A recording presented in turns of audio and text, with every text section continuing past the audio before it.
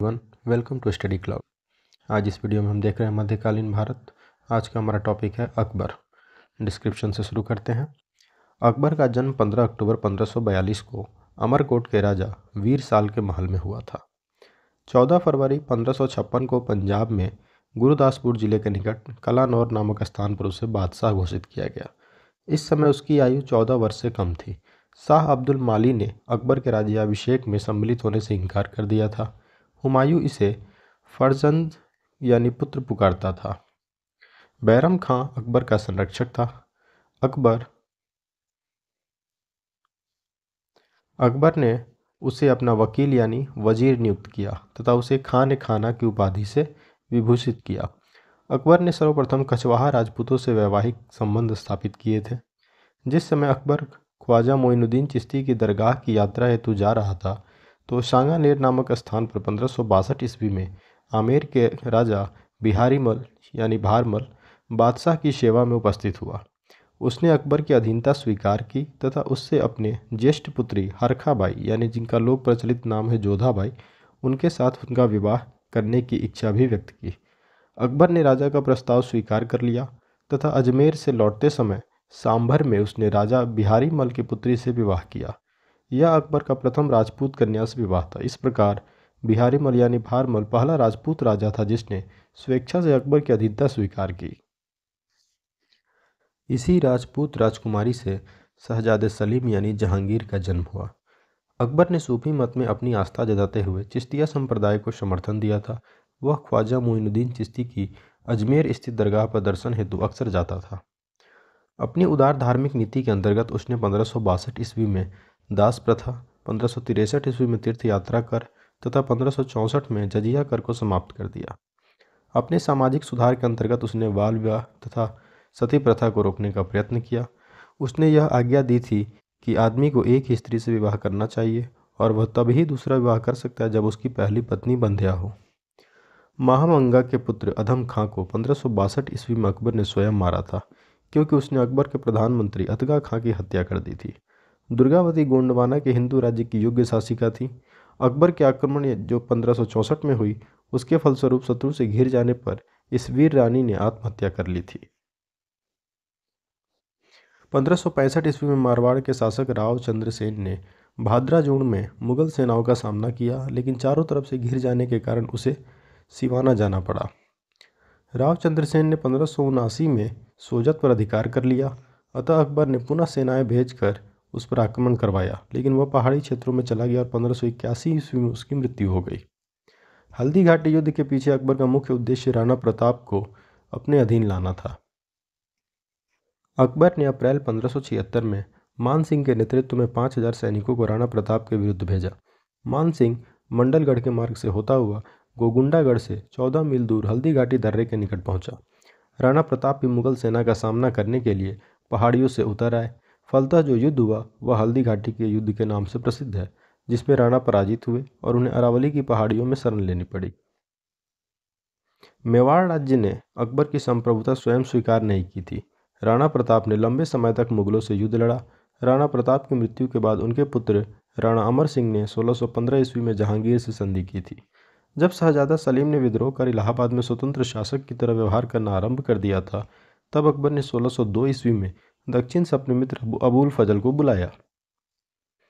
उसी समय सलीम के इशारे से ओरछा के बुंदेला सरदार वीर सिंह देव ने मार्ग में अबुल फजल की हत्या कर दी। अकबर पहला मुस्लिम शासक था जिसने इस बात का अनुभव किया कि मुगल साम्राज्य की सुदृढ़ता के लिए भारत की बहुसंख्यक हिंदू जनता का सहयोग प्राप्त करना नितांत आवश्यक है।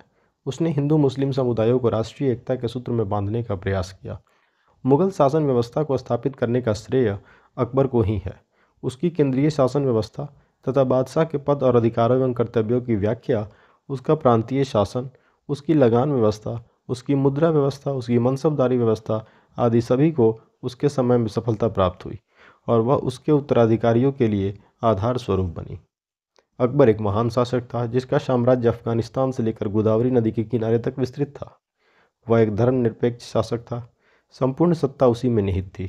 अतएव वह प्रशा के फ्रेडरिक महान और इंग्लैंड की रानी एलिजाबेथ की तरह प्रबुद्ध निरंकुश शासक कहा जाता है, जिसके शासनकाल में कानून की दृष्टि में सभी समान थे। अकबर के शासनकाल में पुनर्गठित केंद्रीय प्रशासन तंत्र के अंतर्गत मीर बख्शी मुख्यतः सैन्य विभाग का प्रमुख था। उसका कार्य सैनिकों का वेतन और सैनिक संगठन से संबंधित था।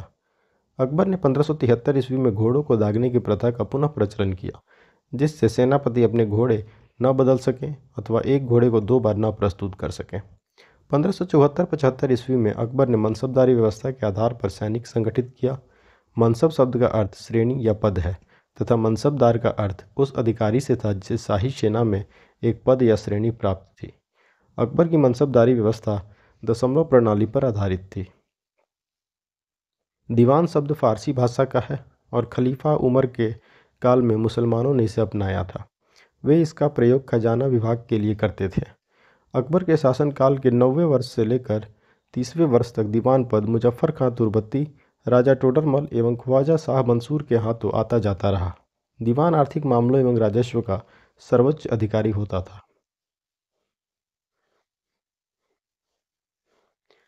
मुगल मनसबदारी प्रणाली मध्य एशिया यानी मंगोलिया से ली गई थी। इस प्रकार का सैन्य विभाजन चंगेज खां के नेतृत्व में मंगोल सेना में किया गया था। मुगल बादशाह अकबर ने मनसबदारी व्यवस्था अपने शासनकाल के 11वें वर्ष यानी 1566-67 में प्रारंभ किया था। मनसब प्राप्तकर्ता 3 वर्गों में विभक्त थे।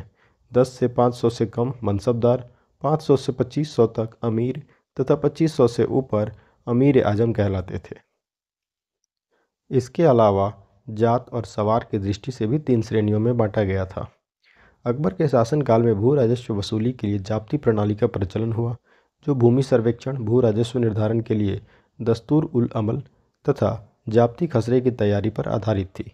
टोडरमल ने भू राजस्व के क्षेत्र में ख्याति अर्जित की थी। अकबर ने अपने शासन के 24वें वर्ष यानी 1580 में आईने दहसाला, जिसे टोडरमल बंदोबस्त भी कहते हैं, आईने दहसाला नामक नई कर प्रणाली को शुरू करके मुगलकालीन व्यवस्था को अस्थायी स्वरूप प्रदान किया। इस प्रणाली का वास्तविक प्रणेता टोडरमल था। इसी कारण इसे टोडरमल बंदोबस्त भी कहते हैं। उस समय टोडरमल अर्थमंत्री था और उसका मुख्य सहायक ख्वाजा शाह मंसूर था।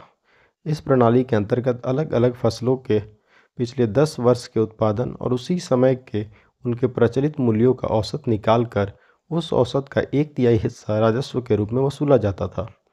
अकबरकालीन भू राजस्व व्यवस्था की दहशाला पद्धति को बंदोबस्त व्यवस्था के नाम से भी जाना जाता है। जहांगीर के समकालीन मोहसिन फ़ानी ने अपनी रचना दबिस्तान मज़ाहिब में पहली बार दीन इलाही को एक स्वतंत्र धर्म के रूप में उल्लेख किया था। अकबर ने आगरा से लगभग 36 किलोमीटर दूर फतेहपुर सीकरी में 1568-69 ईस्वी में एक राजमहल सह किले का निर्माण आरंभ किया। इनमें जोधाबाई महल, पंचमहल, स्वर्ण महल अथवा सुनहला मकान, दीवान आम, दीवान खास, मरियम की कोठी, तुर्की सुल्तान की कोठी, बीरबल की कोठी आदि प्रमुख हैं। तुर्की सुल्तान का महल इतना सुंदर है कि पर्सी ब्राउन ने उसे स्थापत्य कला का मोती कहा है। पंचमहल पिरामिड के आकार का 5 महलों का भवन था और भारतीय बौद्ध विहारों के अनुरूप था। अकबर ने गुजरात विजय 1572-73 में की और इसके पश्चात सीकरी को फतेहपुर सीकरी कहा जाने लगा। एक वर्ग के इतिहासकारों का मत है कि गुजरात विजय के उपलक्ष्य में सम्राट अकबर ने सीकरी के बुलंद दरवाजा का निर्माण विजय स्तंभ के रूप में कराया था, जबकि पर्सी ब्राउन ने इसका निर्माण दक्षिण विजय, जो 1601 में हुई, इसके उपलक्ष्य में बताया है। अकबर ने 1582 ईस्वी में तौहीद इलाही या दीन इलाही की स्थापना की। इसके अंतर्गत अकबर ने सभी धर्मों के मूल सिद्धांतों को सम्मिलित कर इसे सर्वमान्य बनाने का प्रयास किया। दीन इलाही वास्तव में सूफी सर्वेश्वरवाद पर आधारित एक विचार पद्धति थी। इस नवीन संप्रदाय का प्रधान पुरोहित अबुल फजल था। हिंदुओं में केवल बीरबल, जिनका नाम महेश दास था, बीरबल ने इसे स्वीकार किया था। अकबर का मकबरा सिकंदरा नामक गांव में स्थित है, जिसे सुल्तान सिकंदर लोदी ने अपने नाम पर बसाया था। अकबर ने इसका नाम बहिस्ताबाद रखा था। इसके निर्माण की योजना अकबर ने बनवाई थी, किंतु निर्माण जहांगीर ने 1613 में करवाया। यह मकबरा 5 मंजिला है। इसकी प्रमुख विशेषता गुंबद विहीन होना है। अकबर ने अपनी राजकवि फैजी की अध्यक्षता में एक अनुवाद विभाग की स्थापना की थी। अकबर के आदेश से महाभारत के विभिन्न भागों का रज्मनामा नाम से फारसी में अनुवाद नकीम खां, बदायूनी तथा फैजी आदि विभिन्न विद्वानों के सम्मिलित प्रयत्नों से किया गया। इसके अतिरिक्त बदायूनी ने रामायण का, फैजी ने लीलावती का तथा अबुल फजल ने कालिया दमन का फारसी में अनुवाद किया। अकबर के दरबार के प्रसिद्ध ग्रंथकर्ताओं में सबसे प्रमुख कश्मीर का मोहम्मद हुसैन था, जिसे अकबर ने जरी कलम की उपाधि प्रदान की थी।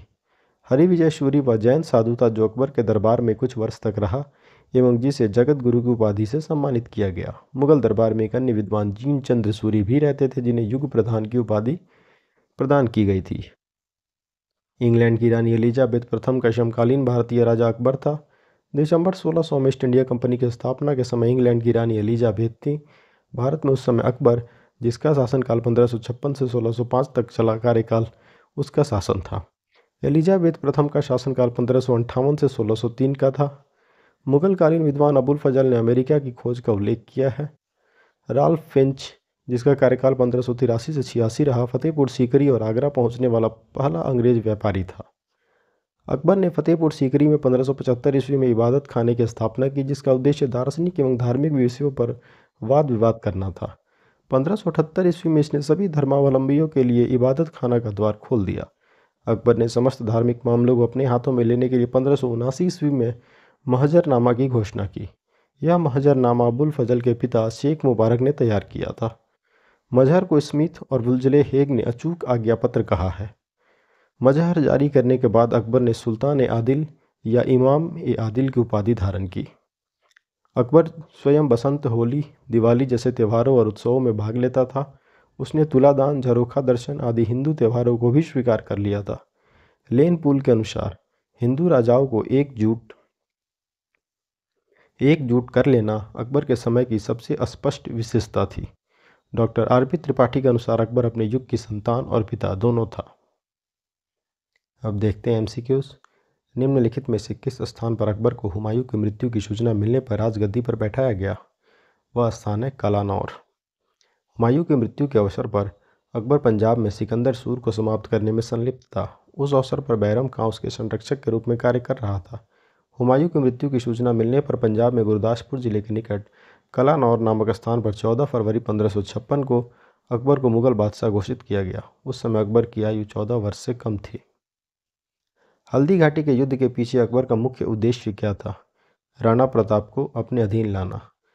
हल्दी घाटी युद्ध के पीछे अकबर का मुख्य उद्देश्य राणा प्रताप को अपने अधीन लाना था। अकबर ने अप्रैल 1576 में मानसिंह के नेतृत्व में 5000 सैनिकों को राणा प्रताप के विरुद्ध भेजा।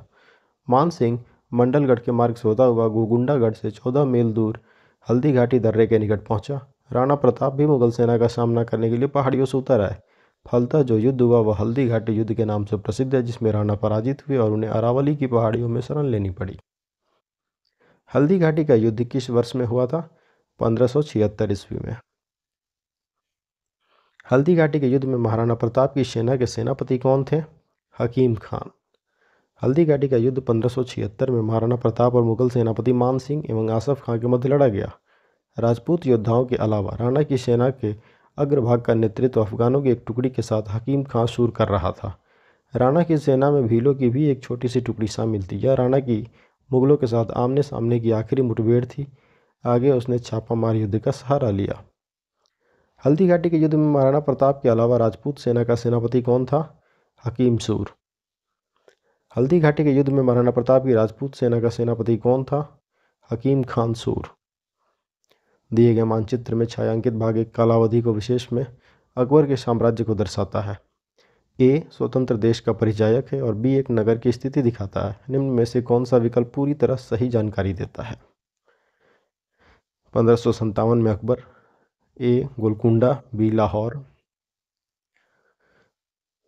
सी 1605 में अकबर और ए दिखाता है गोंडवाना, बी मुल्तान को, और डी है 1605 में अकबर और ए स्थान दिखाता है गोंडवाना को और बी दिखाता है लाहौर को। तो उपयुक्त में से हमारा सही उत्तर है डी।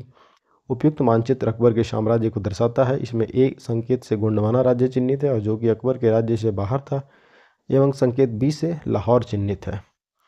ए से गोंडवाना चिन्हित है और बी से लाहौर चिन्हित है।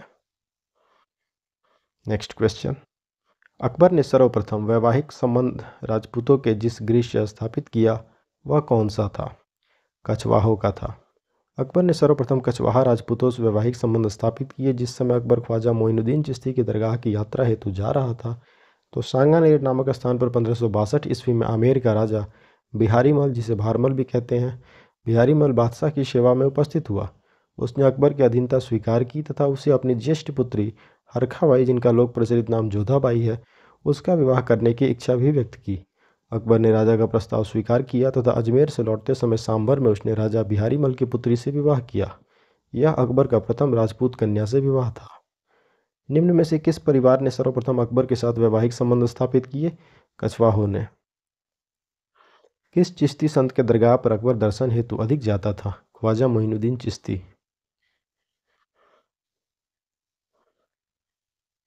अकबर ने सूफी मत में अपनी आस्था जताते हुए चिश्तिया संप्रदाय को समर्थन दिया था। वह ख्वाजा मोइनुद्दीन चिश्ती के अजमेर स्थित दरगाह पर दर्शन हेतु अक्सर जाता था। उसके अतिरिक्त वह समकालीन सूफी संत शेख सलीम चिश्ती के दर्शन हेतु अक्सर सीकरी भी जाया करता था। निम्न में से किसे अकबर ने स्वयं मारा था? अधम खां को। महामनका के पुत्र अधम खां को 1562 में अकबर ने स्वयं मारा क्योंकि उसने अकबर के प्रधानमंत्री अतगा खां की हत्या कर दी थी। राजपूताना के निम्न राज्यों में से किस एक ने अकबर की संप्रभुता स्वयं स्वीकार नहीं की थी? मेवाड़ ने। मेवाड़ राज्य ने अकबर की संप्रभुता स्वयं स्वीकार नहीं की। वहां के शासक राणा प्रताप ने लंबे समय तक मुगलों से युद्ध लड़ा। राणा प्रताप की मृत्यु के बाद उनके पुत्र राणा अमर सिंह ने 1615 में जहांगीर से संधि की। किस राजपूत शासक ने मुगलों के विरुद्ध निरंतर स्वतंत्रता का संघर्ष जारी रखा और समर्पण नहीं किया? मारवाड़ के राव चंद्रसेन। 1565 ईस्वी में मारवाड़ के शासक राव चंद्रसेन ने भादरा जोड़ में मुगल सेनाओं का सामना किया, लेकिन चारों तरफ से घिर जाने के कारण उसे सिवाना जाना पड़ा। मुगल सेना ने उसे ढूंढने के लिए अनेक प्रयास किए। राव चंद्रसेन ने 1579 में सोजत पर अधिकार कर लिया। अतः अकबर ने पुनः सेनाएं भेजकर उस पर आक्रमण करवाया, लेकिन वह पहाड़ी क्षेत्रों में चला गया और 1581 में उसकी मृत्यु हुई। महाराणा प्रताप की भांति ही उसने मुगलों से निरंतर संघर्ष किया तथा समर्पण नहीं किया। अकबर के साथ युद्ध करने वाली दुर्गावती डैश की रानी थी। कहाँ की? मंडला। 1564 ईस्वी में अकबर ने कड़ा तथा पूर्वी प्रदेशों के शासक आसफ खां को गढ़ कटंगा यानी गोंडवाना में वहां के राज्य को जीतने के लिए भेजा। इस राज्य में मोटे तौर पर आधुनिक मध्य प्रदेश के उत्तरी जिले पड़ते हैं। उसका राजा वीर नारायण अल्पवयस्क था, परंतु उसकी मां दुर्गावती राज्य पर योग्यतापूर्वक शासन करती थी। उसने वीरतापूर्वक शाही दल का विरोध किया, परंतु गढ़ एवं मंडला, जो कि वर्तमान जबलपुर जिले में है, इनके बीच में युद्ध में वह पराजित हुई। अबुल फजल की मृत्यु इनमें से किसके कारण हुई थी? शहजादा सलीम के कारण। जब शहजादा सलीम ने विद्रोह कर इलाहाबाद में स्वतंत्र शासक की तरह व्यवहार करना आरंभ कर दिया, तब अकबर ने 1602 में दक्षिण से अपने मित्र अबुल फजल को बुलाया। उसी समय सलीम के इशारे से ओरछा के बुंदेला सरदार वीर सिंह देव ने मार्ग में अबुल फजल की हत्या कर दी। जहांगीर जब सम्राट बना तब उसने वीर सिंह देव को 3000 का मनसब प्रदान किया था। अतः अबुल फजल की मृत्यु में शहजादा सलीम की भूमिका स्पष्ट थी। निम्न तथ्यों में से कौन सा तथ्य ऐसा है जो अकबर को राष्ट्रीय सम्राट सिद्ध करने में सहायक नहीं है? अकबर ने इस्लाम धर्म को त्याग दिया, यह सहायक नहीं है इसमें। अकबर पहला मुस्लिम शासक था जिसने इस बात का अनुभव किया कि मुगल साम्राज्य की सुदृढ़ता के लिए भारत की बहुसंख्यक हिंदू जनता का सहयोग प्राप्त करना नितांत आवश्यक है। उसने हिंदू मुस्लिम समुदायों को राष्ट्रीय एकता के सूत्र में बांधने का प्रयास किया। अकबर का भारत को राजनीतिक एकता प्रदान करने का प्रयत्न उसकी समान शासन व्यवस्था, समान अर्थ एवं लगान व्यवस्था, समान कर व्यवस्था, सभी को योग्यता के आधार पर राज्य की सेवाओं में उच्चतम स्थान प्राप्त करने की सुविधा, राजपूतों से विवाह संबंध और सम्मान की नीति, सभी धर्मों को समान सुविधा और आदर तथा धार्मिक दृष्टि से एकता लाने का प्रयत्न, फारसी भाषा को राजभाषा बनाना किंतु सभी भाषाओं की प्रगति में सहयोग, विभिन्न ललित कलाओं की प्रगति तथा उनके कलाविधियों के समन्वय का प्रयत्न, सांस्कृतिक एकता का प्रयत्न आदि सभी ऐसे कार्य थे जो राष्ट्रीय हित और प्रगति के आधार पर किए गए थे। इसी कारण अकबर को राष्ट्रीय सम्राट स्वीकार किया गया। अकबर ने इस्लाम धर्म का त्याग नहीं किया था। अकबर की लोकप्रियता के कारण थे कौन से? मनसबदारी प्रथा, धार्मिक नीति, भू राजस्व व्यवस्था, सामाजिक सुधार, ABCD चारों।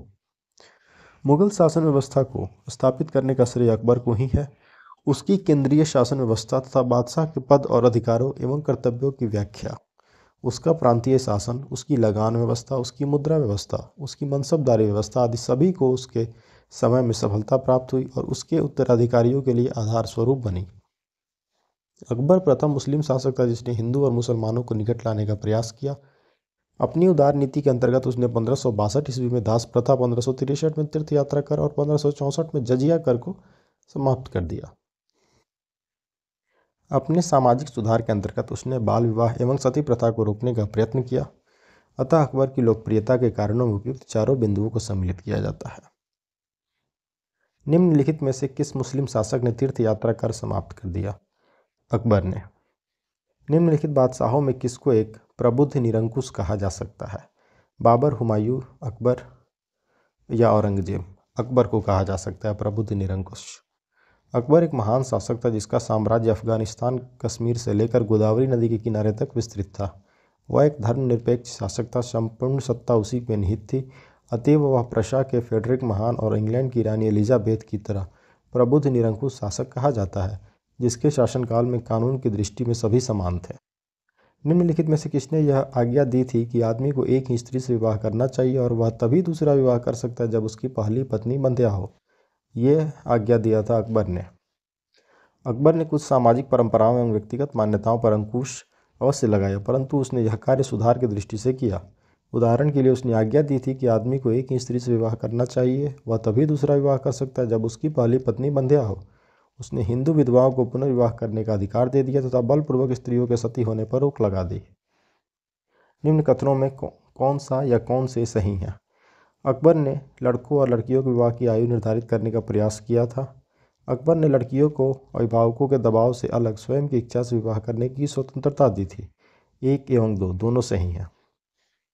बादशाह अकबर ने लड़कों के लिए कम से कम 16 वर्ष तथा लड़कियों के लिए 14 वर्ष विवाह की आयु निर्धारित की। इसने लड़कियों को अभिभावकों के दबाव से अलग स्वयं की इच्छा से विवाह करने की स्वतंत्रता दी थी, अतः दोनों कथन सही हैं। अकबर का शासन जाना जाता है क्षेत्र को जीतने के लिए, अपनी प्रशासनिक व्यवस्था के लिए, न्यायिक प्रशासन के लिए और उसकी धार्मिक कट्टरता के लिए। तो धार्मिक कट्टरता के लिए नहीं जाना जाता है। उपयुक्त 1, 2 और 3 तीनों सही हैं। क्षेत्र को जीतने के लिए जाना जाता है, अपनी प्रशासनिक व्यवस्था के लिए जाना जाता है और न्यायिक प्रशासन के लिए जाना जाता है। अकबर अपनी धार्मिक कट्टरता के लिए नहीं अपितु धार्मिक उदारता एवं धार्मिक सहिष्णुता के लिए जगत प्रसिद्ध है। उसके द्वारा प्रतिपादित सुलह कुल की नीति इसका सबल प्रमाण है। इस प्रकार कथन 4 सही नहीं है, जबकि कथन 1, 2 और 3 सही है, अतः अभिष्ट उत्तर हमारा विकल्प भी होगा। अकबर के शासनकाल में पुनर्गठित केंद्रीय प्रशासन तंत्र के अंतर्गत सैनिक विभाग का प्रमुख कौन था? मीर बख्शी। अकबर के शासनकाल में पुनर्गठित केंद्रीय प्रशासन तंत्र के अंतर्गत मीर बख्शी मुख्यतः सैन्य विभाग का प्रमुख था, किंतु उसे प्रधान सेनापति नहीं कहा जा सकता। उसका कार्य सैनिकों के वेतन एवं सैनिक संगठन से संबंधित था। वह मनसबदारों की सूची रखता था तथा उसे बादशाह अकबर के समक्ष प्रस्तुत करता था। सैनिकों की भर्ती, उनके शस्त्रों की व्यवस्था, सैनिकों का निरीक्षण आदि उसके कार्यों के अंतर्गत था। अकबरकालीन सैन्य व्यवस्था आधारित थी किस पर? मनसबदारी व्यवस्था पर। साम्राज्य के विस्तार एवं शांति सुव्यवस्था के लिए सुसंगठित सेना का होना अत्यंत आवश्यक था। इस दृष्टि से अकबर ने अपनी सैन्य व्यवस्था की अनेक त्रुटियों में सुधार किया। उसने 1573 ईस्वी में घोड़ों को दागने की प्रथा का पुनः प्रचलन किया, जिससे सेनापति अपने घोड़े न बदल सके अथवा एक घोड़े को 2 बार न प्रस्तुत कर सके। इसके पश्चात 1574-75 में अकबर ने मनसबदारी व्यवस्था के आधार पर सैनिक संगठित किया। मनसब शब्द का अर्थ श्रेणी या पद है तथा मनसबदार का अर्थ उस अधिकारी से था जिसे शाही सेना में एक पद या श्रेणी प्राप्त थी। अकबर की मनसबदारी व्यवस्था दशमलव प्रणाली पर आधारित थी। मध्यकालीन भारत में मनसबदारी व्यवस्था क्यों लागू की गई थी? स्वच्छ प्रशासन सुनिश्चित करने के लिए।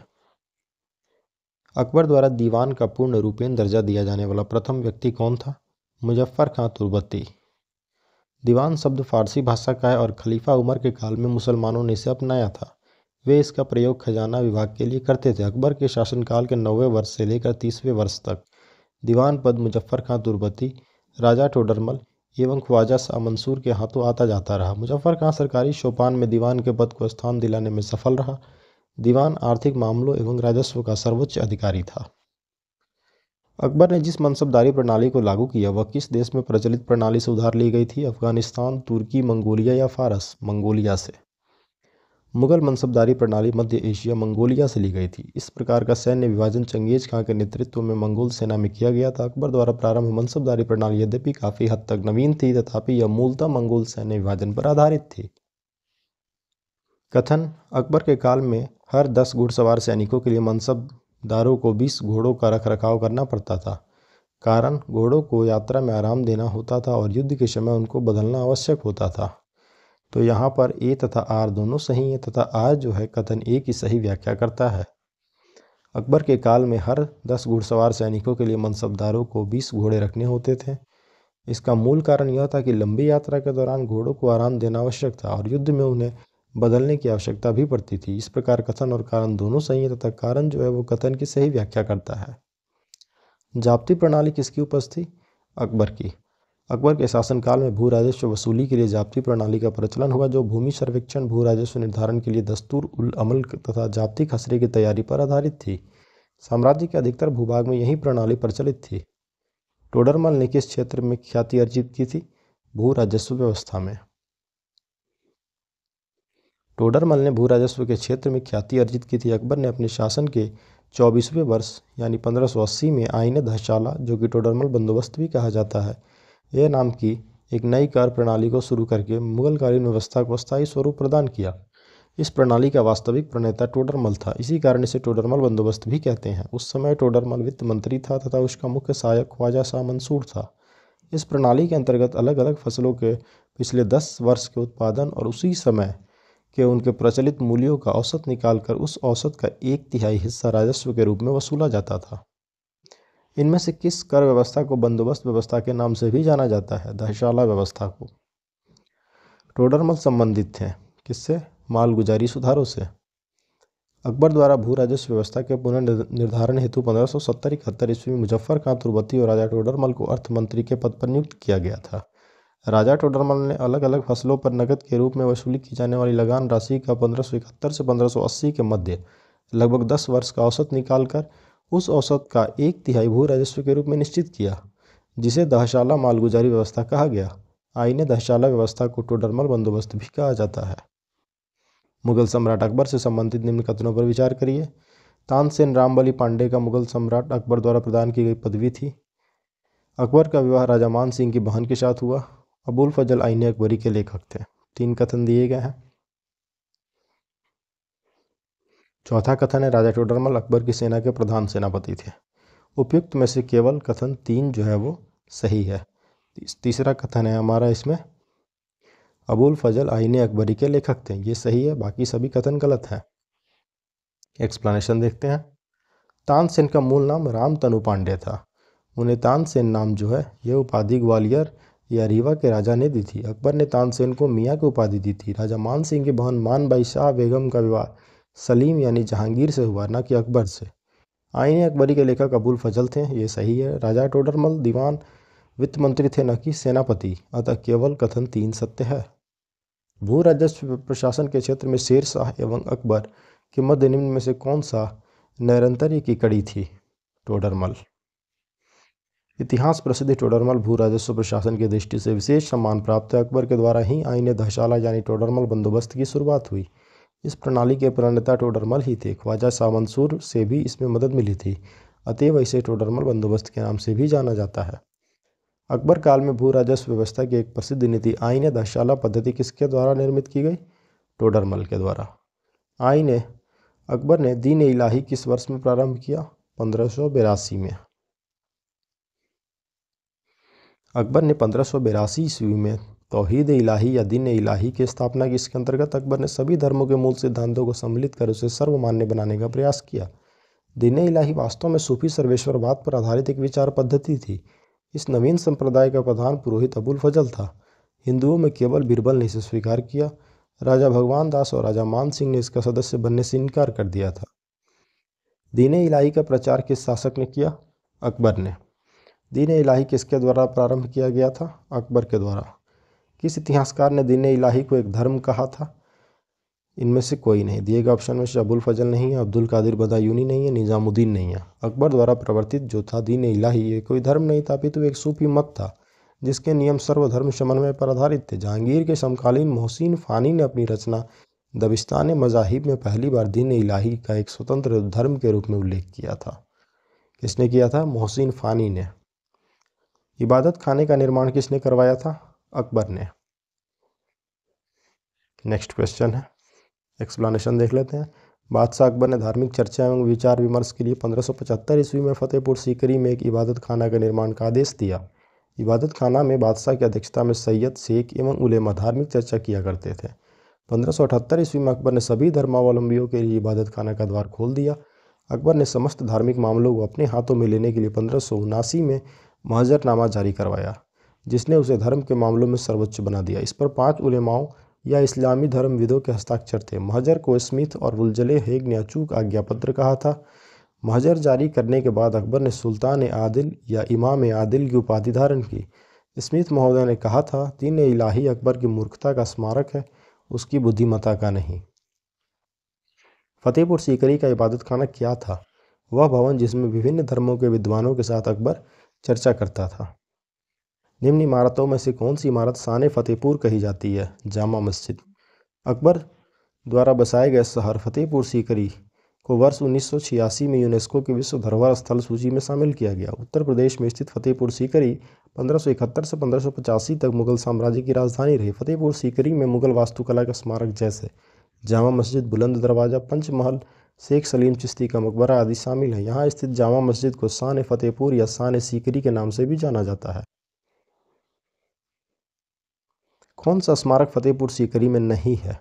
अकबरी महल नहीं है, बाकी स्वर्ण महल हैं, जोधाबाई का महल है, पंचमहल है, जबकि अकबरी महल नहीं है। अकबर ने आगरा से 36 किलोमीटर दूर फतेहपुर सीकरी में 1568-69 में एक राजमहल शाह किले का निर्माण करवाया। एक विशाल कृत्रिम झील से युक्त पहाड़ी पर बने इस किले में गुजरात और बंगाल शैलियों की कई इमारतें शामिल थीं। इनमें जोधाबाई महल, पंचमहल, मरियम महल जिसे स्वर्ण महल कहते हैं, दीवान आम, दीवान खास, बिरबल कोठी आदि प्रमुख हैं। अकबरी महल आगरा के किले में स्थित है। ये फतेहपुर सीकरी में नहीं, आगरा के किले में है अकबरी महल। दिल्ली में कौन सा ऐतिहासिक स्मारक भारतीय तथा फारसी वास्तुकला शैली का उदाहरण है? हुमायूं का मकबरा। हुमायूं का मकबरा दिल्ली में स्थित है, जो हुमायूं की पत्नी के संरक्षण में निर्मित हुआ तथा मीरक मिर्जा गियास इनके द्वारा इसका डिजाइन तैयार किया गया। यह मकबरा भारतीय फारसी वास्तुकला शैली का उदाहरण है। फारसी या ईरानी वास्तुकला शैली की एक विशेषता दोहरा गुंबद है, जो सिकंदर लोदी के मकबरे में भी प्रयोग किया गया है। सुलह कुल का सिद्धांत किसके द्वारा प्रतिपादित किया गया था? अकबर के द्वारा।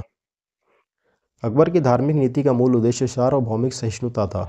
इसे सुलह कुल की नीति अर्थात सभी के साथ शांतिपूर्ण व्यवहार का सिद्धांत भी कहा जाता था। अकबर ने इस्लामी सिद्धांत के स्थान पर सुलह कुल की नीति अपनाई। 1582 ईस्वी में उसने सभी धर्मों में सामंजस्य स्थापित करने के लिए तौहीद इलाही या दीन इलाही नामक एक नया पंथ प्रवर्तित किया। अकबर की सुलह कुल की नीति राजनीतिक उदारता एवं धार्मिक सहनशीलता के साथ साथ उसके उदारवादी सांस्कृतिक दृष्टिकोण को प्रदर्शित करती है। अकबर द्वारा अपनाई गई सुलह कुल सार्वभौम शांति तथा भाईचारा की जो अवधारणा थी, निम्नलिखित में से किस पर आधारित थी? राजनीतिक उदारता पे, धार्मिक सहनशीलता, उदारवादी सांस्कृतिक दृष्टिकोण, इन सभी पे। तो हमारा सही उत्तर है डी। किस मुगल बादशाह के विरुद्ध जौनपुर से फतवा जारी हुआ था? अकबर के विरुद्ध। 1580 में जौनपुर के एक धर्मगुरु या काजी मुल्ला मोहम्मद यजदी, इसने सभी मुस्लिमों को अकबर के विरुद्ध विद्रोह करने के लिए फतवा जारी किया था। कथन और कारण। अकबर ने 1602 में फतेहपुर सीकरी में बुलंद दरवाज़ा बनवाया। यह निर्माण अकबर ने अपने पुत्र जहांगीर के जन्म की खुशी में बनवाया। इसमें से दिए गए ये सही है कथन, परंतु आर जो है कारण गलत है। अकबर ने सीकरी का निर्माण 1568-69 में आरंभ करवाया था तथा बाद में गुजरात विजय के पश्चात इस नगरी को फतेहपुर सीकरी कहा जाने लगा। एक वर्ग के इतिहासकारों का मत है कि गुजरात विजय के उपलक्ष्य में सम्राट अकबर ने सीकरी के बुलंद दरवाज़ा का निर्माण विजय स्तंभ के रूप में कराया, जबकि पर्सी ब्राउन ने इसका निर्माण दक्षिण विजय के उपलक्ष्य में बताया है। निम्न में से किसका निर्माण अकबर ने करवाया था? बुलंद दरवाजा का। निम्न में से किस मुगल सम्राट ने शिक्षा संबंधी सुधार किए थे? अकबर ने। मुगल साम्राज्य के अंतर्गत सामाजिक सांस्कृतिक गतिविधियों के विकास के साथ साथ शिक्षा संबंधी विषय पर भी ध्यान दिया गया। शिक्षा संबंधी महत्वपूर्ण सुधार मुगल शासक अकबर द्वारा किया गया। अकबर के शासनकाल में शिक्षा के कुछ महत्वपूर्ण केंद्र अजमेर, दिल्ली, सियालकोट, मुल्तान, इलाहाबाद, मुर्शिदाबाद आदि थे। इनमें छात्रों को मुफ्त शिक्षा दी जाती थी। फारसी को राजभाषा का दर्जा प्राप्त था। निज़ामी शिक्षा पद्धति तत्कालीन समय में ख्यात शिक्षा प्रणाली थी। यद्यपि शिक्षा में महत्वपूर्ण सुधार करने वाला मुगल शासक अकबर स्वयं निरक्षर था। अकबर द्वारा बनवाई गई श्रेष्ठतम इमारतें पाई जाती हैं कहाँ? फतेहपुर सीकरी में। अकबर द्वारा बनवाई गई श्रेष्ठतम इमारतें फतेहपुर सीकरी में हैं। यहाँ स्थित प्रमुख इमारतों में दीवान आम, दीवान खास, कोषागार, ज्योतिषी की बैठक, पंचमहल, खास महल, तुर्की सुल्ताना की कोठी, जोधाबाई का महल, हवा महल, मरियम की कोठी, बिरबल की कोठी आदि हैं। तुर्की सुल्तान का महल इतना सुंदर है कि पर्सी ब्राउन ने उसे स्थापत्य कला का मोती कहा है। अकबर द्वारा बनाई गई कौन सी इमारत का नक्शा बौद्ध विहार की तरह है? पंचमहल का नक्शा बौद्ध विहार की तरह है। अकबर ने अपनी नवीन राजधानी फतेहपुर सीकरी में अनेक भवन बनवाए। पंचमहल पिरामिड के आकार का 5 महलों का भवन था और भारतीय बौद्ध विहारों के अनुरूप था, जो अब तक भारत के कुछ भागों में विद्यमान है। ऊपर की ओर छोटी होने वाली 5 मंजिलों वाला यह आयताकार भवन नालंदा आदि में बने हुए बहुमंजिला बौद्ध विहारों से ली गई प्रेरणा पर आधारित है। फतेहपुर सीकरी में बादशाह अकबर ने निर्मित कराया था क्या? पंचमहल। जहांगीर महल स्थित है कहाँ? आगरा। आगरा किला अकबरी शैली का सर्वप्रथम उदाहरण है। यह अकबर महान द्वारा निर्मित सुप्रसिद्ध किला है। इसका निर्माण अकबर ने प्रधान कारीगर कासिम खां की देखरेख में हुआ था। किले के अंदर अकबर ने लाल पत्थरों से 500 से अधिक भवनों का निर्माण करवाया। जहांगीर महल आगरा किले में ही स्थित है। इसका निर्माण अकबर ने अपने पुत्र और उत्तराधिकारी सलीम के रहने के लिए कराया। इस महल की शैली अधिकतर हिंदू स्थापत्य कला शैली की ओर झुकी है। जहांगीरी महल की प्रेरणा ग्वालियर के मानसिंह महल से ली गई है। अकबर का मकबरा कहाँ पर स्थित है? सिकंदरा। अकबर का मकबरा सिकंदरा नामक गांव में स्थित है, जिसे सुल्तान सिकंदर लोदी ने अपने नाम पर बसाया था। अकबर ने इसका नाम बहिश्ताबाद रखा था। यह आगरा से 5 मील की दूरी पर दिल्ली जाने वाली सड़क पर है। इसके निर्माण की योजना अकबर ने बनवाई, किंतु निर्माण जहांगीर ने 1613 में करवाया। इस मकबरे में 5 मंजिलें हैं। इसकी प्रत्येक ऊपर की मंजिल नीचे की मंजिल से आकार में छोटी होती गई है। इस मकबरे की विशेषता इसका गुंबद विहीन होना है। निम्नलिखित में से किस किले का निर्माण अकबर के राज्यकाल में नहीं कराया गया था? दिल्ली का लाल किला। दिल्ली का लाल किला का निर्माण अकबर के राज्यकाल में नहीं कराया गया था। इसका निर्माण शाहजहां के शासनकाल में कराया गया। यह चतुर्भुजाकार लाल बलुआ पत्थर से निर्मित होने के कारण लाल किले के नाम से प्रसिद्ध है। आगरा का किला, इलाहाबाद का किला एवं लाहौर का किला ये अकबर के शासनकाल में निर्मित हुए किले हैं। सूची 1 और सूची 2 दिए गए हैं, सही मिलान करना है इनमें से। बाबर, इसका मकबरा काबुल में, अकबर का सिकंदरा में, जहांगीर का लाहौर में, शाहजहां का आगरा में।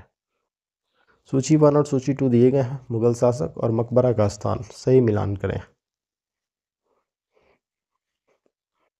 बाबर काबुल में मकबरा, हुमायूं का मकबरा दिल्ली, अकबर का सिकंदरा, जहांगीर का लाहौर में। अकबर के काल में महाभारत का फारसी अनुवाद जिसके निर्देशन में हुआ वह कौन है? फैजी। अकबर ने अपने राज कवि फैजी की अध्यक्षता में एक अनुवाद विभाग की स्थापना की। अकबर के आदेश से महाभारत के विभिन्न भागों का रज़्मनामा नाम से फारसी में अनुवाद फैजी के ही निर्देशन में नकीब खां, बदायूनी तथा फैजी आदि विभिन्न विद्वानों ने सम्मिलित प्रयासों से किया। इसके अतिरिक्त बदायूनी ने रामायण का, फैजी ने लीलावती तथा अबुल फजल ने कालिया दमन का फारसी में अनुवाद किया। निम्न में से किसने महाभारत का फारसी में अनुवाद किया था? अब्दुल कादिर बदायूनी। महाभारत के फारसी अनुवाद का शीर्षक क्या है? रज़्मनामा। 16वीं शताब्दी में संपन्न महाभारत का फारसी अनुवाद क्या कहलाता है? रज़्मनामा। रज़्मनामा किस हिंदू ग्रंथ का फारसी अनुवाद है? महाभारत का। अकबर की इच्छा अनुसार किसने रामायण का फारसी में अनुवाद किया था? अब्दुल कादिर बदायूनी ने। निम्न में से किसने रामायण का फारसी भाषा में अनुवाद किया था? अब्दुल कादिर बदायूनी ने। सम्राट अकबर द्वारा निम्न में से किसको जरी कलम की उपाधि दी गई थी? मोहम्मद हुसैन को। अकबर के दरबार के प्रसिद्ध ग्रंथकर्ताओं जिनकी एक सूची आईने अकबरी में मिलती है, उसमें से सबसे प्रमुख कश्मीर का मोहम्मद हुसैन था, जिसे अकबर ने जरी कलम की उपाधि प्रदान की थी। जैन साधु जो अकबर के दरबार में कुछ वर्ष रहा और जिसे जगत गुरु की उपाधि से सम्मानित किया गया, वह कौन था? हरिविजय सूरी। हरिविजय सूरी ही वह जैन साधु था जो अकबर के दरबार में कुछ वर्ष तक रहा, जिसे जगत गुरु की उपाधि से सम्मानित किया गया। 1582 ईस्वी में अकबर ने उक्त जैनाचार्य को जैन सिद्धांतों को समझने की इच्छा से आहूत किया था। इनकी विद्वता एवं चिंतन तथा विनम्रता से प्रभावित होकर अकबर ने कुछ दिनों के लिए मांस भक्षण बंद कर दिया था तथा पशु पक्षियों के वध पर भी रोक लगा दी थी। मुगल दरबार में एक अन्य विद्वान भीमचंद्र सूरी भी रहते थे, जिन्हें युग प्रधान की उपाधि प्रदान की गई थी। वह प्रसिद्ध जैनाचार्य कौन थे जिनको अकबर ने बहुत सम्मानित किया? हरिविजय सूरी। मुगल सम्राट अकबर के समय का प्रसिद्ध चित्रकार कौन था? दसवंत। अकबरकालीन चित्रकारों के नाम अबुल फजल ने अपने आईने अकबरी में गिनाए हैं। दसवंत, बसावन, केशवलाल, मुकुंद, मिश्किन, जगन, महेश, खेम, करण, तारा, शावल, हरिवंश। दसवंत जो एक कहार का बेटा था, उसके काम से अकबर इतना प्रभावित हुआ था कि उसने उसे अपने समय का पहला अग्रणी कलाकार बनने में सहयोग दिया, किंतु बाद में यह महान चित्रकार मानसिक रूप से विक्षिप्त हो गया और 1584 में इसने आत्महत्या कर ली। इंग्लैंड की रानी एलिजाबेथ प्रथम का समकालीन भारतीय राजा कौन था? अकबर। इंग्लैंड की रानी एलिजाबेथ प्रथम का समकालीन भारतीय राजा अकबर था। ध्यातव्य हो कि दिसंबर 1600 में ईस्ट इंडिया कंपनी की स्थापना के समय इंग्लैंड की रानी एलिजाबेथ थी। भारत में उस समय अकबर का शासन था। एलिजाबेथ प्रथम का शासनकाल 1558 से 1603 का था, जहाँ पे अकबर का कार्यकाल 1556 से 1605 का था। भारत में किसके शासनकाल में इंग्लिश ईस्ट इंडिया कंपनी का गठन हुआ? अकबर के शासनकाल में। जिस मध्यकालीन भारतीय लेखक ने अमेरिका की खोज का उल्लेख किया वह कौन है? अबुल फजल। अकबर के दरबार में आने वाला पहला अंग्रेज व्यक्ति? Ralph Finch. Next question, Ralph Finch Fatehpur Sikri और आगरा पहुंचने वाला पहला अंग्रेज व्यापारी था। इसने भारत के विभिन्न भागों में भ्रमण करते हुए अनेक स्थानों का अवलोकन किया तथा 16वीं सदी के भारतीय व्यापारिक तथा नगर केंद्रों के बारे में मूल्यवान विवरण प्रस्तुत किया। अकबर के शासनकाल के निम्नलिखित घटनाओं को कालानुक्रम अनुसार व्यवस्थित करिए। जजिया की समाप्ति, इबादत खाना का निर्माण, महजर का हस्ताक्षर, दीन इलाही की स्थापना। नीचे दिए गए कूट में से सही उत्तर चुनें। तो सबसे पहले होता है जजिया की समाप्ति, इसके बाद होता है इबादत खाना का निर्माण, इसके बाद महजर पर हस्ताक्षर और सबसे लास्ट में दीन इलाही की स्थापना। ऑप्शन ए हमारा सही उत्तर है। एक्सप्लेनेशन देख लेते हैं। अकबर ने जजिया कर समाप्त की 1564 में। उसने फतेहपुर सीकरी में 1575 में इबादत खाने की स्थापना की, जिसका उद्देश्य दार्शनिक एवं धार्मिक विषयों पर वाद विवाद करना था। अकबर ने समस्त धार्मिक मामलों को अपने हाथों में लेने के लिए 1579 ईस्वी में महजरनामा की घोषणा की। यह महजरनामा अबुल फजल के पिता शेख मुबारक ने तैयार किया। अकबर ने सभी धर्मों में सामंजस्य स्थापित करने के लिए 1582 में तौहीद इलाही, जिसे दैवी एकेश्वरवाद कहते हैं, उसकी स्थापना की। अकबर ने बंगाल तथा बिहार को मुगल साम्राज्य में मिलाया कब? 1576 में। 1572 में सुलेमान करारानी की मृत्यु के बाद उसका पुत्र दाऊद खां गद्दी पर बैठा। दाऊद खान ने अपने को स्वतंत्र घोषित कर पटना के मुगल किले पर आक्रमण किया। अकबर ने मुनीम खां को दाऊद पर आक्रमण करने तथा बिहार को जीतने का आदेश दिया। मुनीम खां ने दाऊद को एक युद्ध में पराजित किया तथा 1574 में बिहार पर मुगलों का आधिपत्य हो गया। पराजित होने के बाद दाऊद बंगाल भाग गया, किंतु 12 मार्च 1576 को टोडरमल मुजफ्फर खां एवं हुसैन कुली खां ने मिलकर दाऊद को पुनः पराजित किया। इस प्रकार 1576 ईस्वी में बंगाल तथा बिहार को पूर्ण रूप से मुगल साम्राज्य में मिला लिया गया। तो इस प्रकार यह टॉपिक यहीं समाप्त होता है। नेक्स्ट वीडियो में हम लोग देखेंगे जहांगीर। तो वीडियो पसंद आए तो लाइक कर दीजिएगा, आपके लिए यूजफुल हो तो चैनल सब्सक्राइब कर दीजिएगा। Thanks for watching, keep supporting study cloud. Thank you.